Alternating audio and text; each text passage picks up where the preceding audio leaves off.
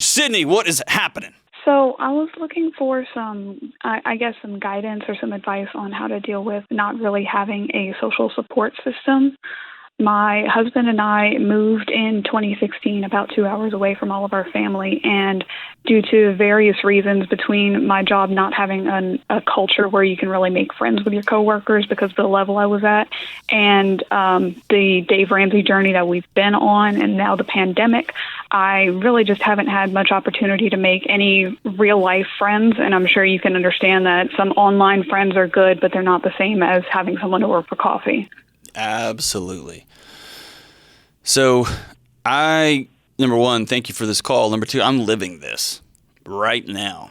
And Sydney, I could be calling you and asking you the same question. Over the holidays, over the Thanksgiving holidays, went back. We spent some of it like I said, at my in-laws ranch, had an awesome time out there, and it was a blast. And then we went and spent some time with my parents in another town where two of my oldest, best accountability friends live. And it's Kevin and Michael. And one night we went and sat together for, golly, dude, I don't know, late into the next morning or early into the next morning. And I tell you what, Sydney, my soul was healed. It felt good, right? And I realized how much I missed my old friends.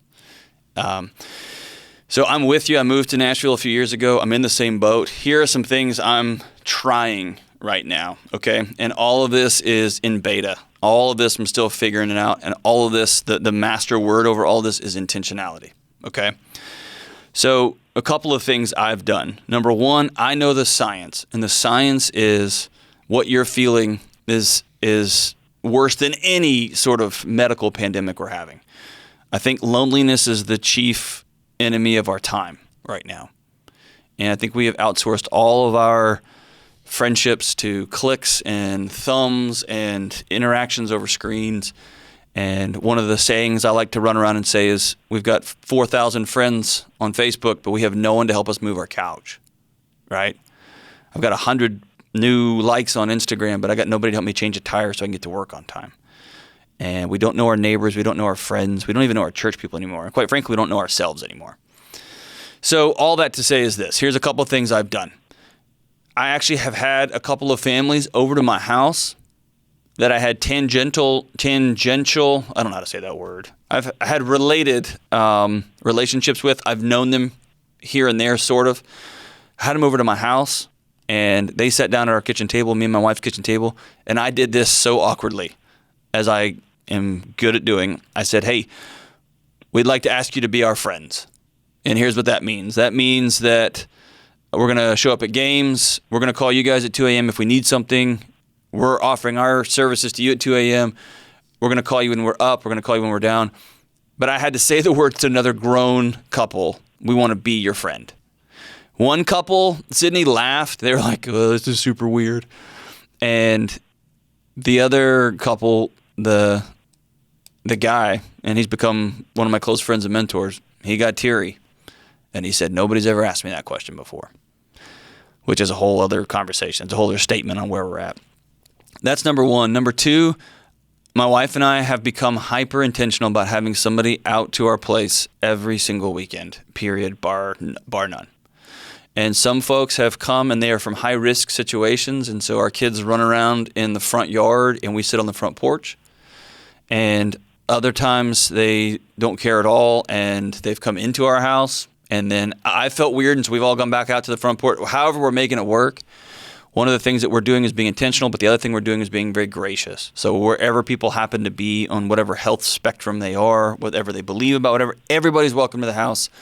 And our main goal there is to pour into other people, be hospitable, and to be in connection with other people. Is that working all the time, Sydney? No. Is it weird? Yeah, it is. Is it awkward? Yeah. And sometimes it's really great. At 7 o'clock this morning before the workday, I was in communication with somebody who's become a great friend of ours here in Nashville, JP and Beth, and they're coming over this weekend. We're just going to hang out.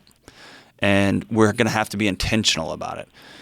I met them at church, and I've met some people at work, some people, just randomly, but it is hard, intentional work. The other thing I'll tell you this, Sydney, is stay plugged in however you can to your old friends. Whether that's email, whether that's phone calls, whether it's not enough, it's not as good, but it is just a drop of cold water in the desert until this thing's over and we can start connecting again. So when I tell you those things, how does that rattle around in your head? Well, I really wish I could do some of those things, but what's holding you back? Well, for one, we don't really have a space. We're in a tiny apartment. Okay. We did used to have some people over, but they've kind of all like gone off onto their own lives since then and stopped really talking to us. Are they? And we can't really keep reaching out to people who don't reach back. Yeah. So what I'm going to tell you, Sydney, and I can hear it in your voice, is hard. And loneliness sucks. What I'm going to tell you is you're going to have to keep trying. You're going to have to keep trying. And if that means you got to go meet out at a park, if you'll have to go meet somewhere in a public space, if you've got friends that you know are safe and they are well and you don't mind having them inside your apartment, then so be it. But you've got to keep trying. Okay? So I want you to think of this like eating healthy, only way more important. I want you to think of this like taking your medication, but way more important. And I know it feels like rejection when they don't call you back. It feels like rejection when they don't invite you. I know it does. But you got to keep leaning into it. Because loneliness will dissolve you. Loneliness will dissolve your marriage. It gets heavier and heavier. Okay?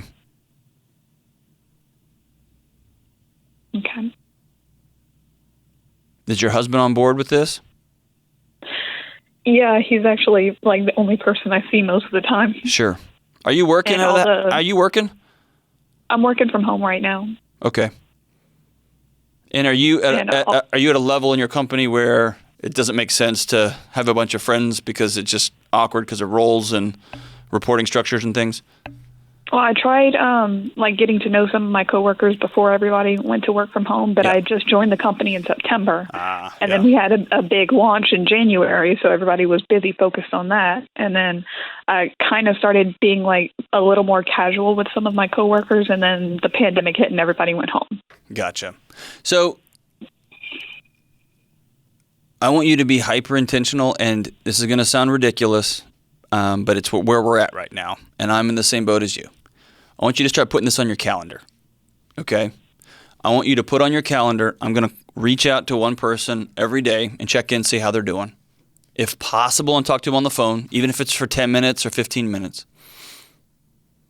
I want you to set up, like, hey, let's have a drink out at the clubhouse here at the apartment complex, or I want to meet you at a park. Let's get together for sandwiches.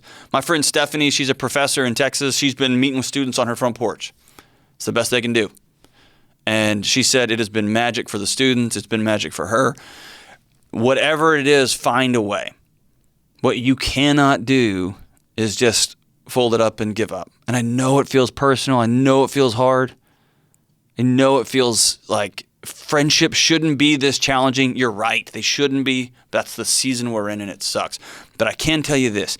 If you give up and you fold up, you're going to really put a lot of pressure on yourself.